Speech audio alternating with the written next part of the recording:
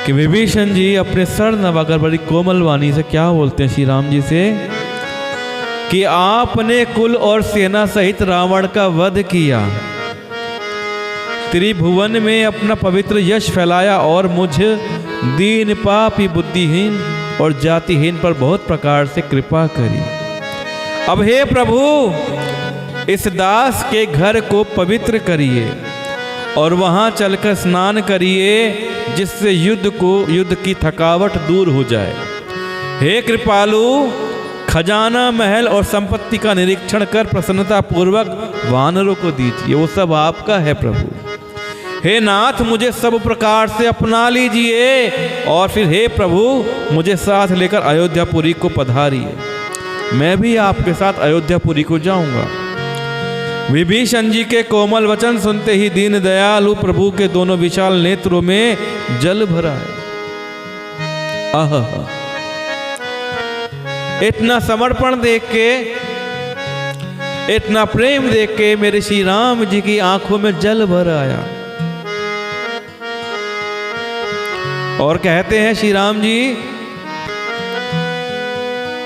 जी कहते हैं, हे भाई सुनो, तुम्हारा खजाना और घर सब मेरा ही तो है, ये बात सच है, लेकिन भरत की दशा याद करके मुझे एक एक पल कल्प के समान बीत रहा है, युग के समान मेरा एक एक पल बीत रहा है। मुझे भरत की बड़ी चिंता है, मुझे भरत की दशा है ना, उसके याद करता हूं ना, मैं लेट हो जाऊंगा तो मेरा भाई प्राण त्याग देगा, व्याकुल हो जाएगा।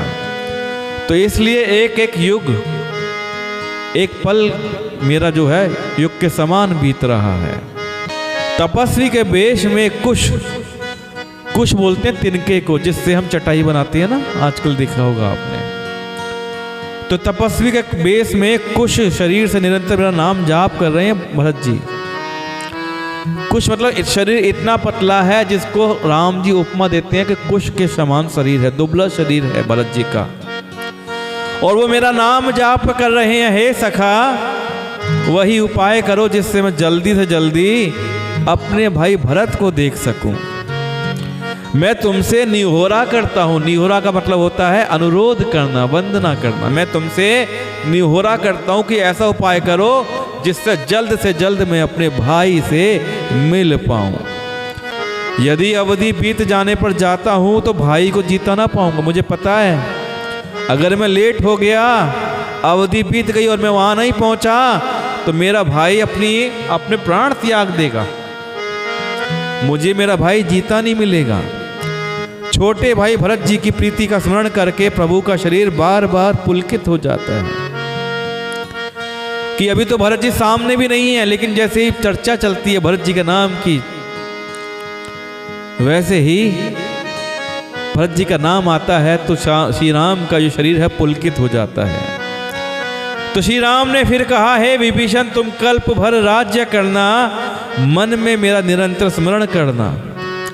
कल्प भर यानी कि पूरे युग तक तुम राज्य करना और मन में मेरा निरंतर स्मरण करना, फिर तुम मेरे साथ उस धाम को पा जाओगे जहां सब संत जाते हैं। अभी तुम पूरे कल्प तक राज्य करो।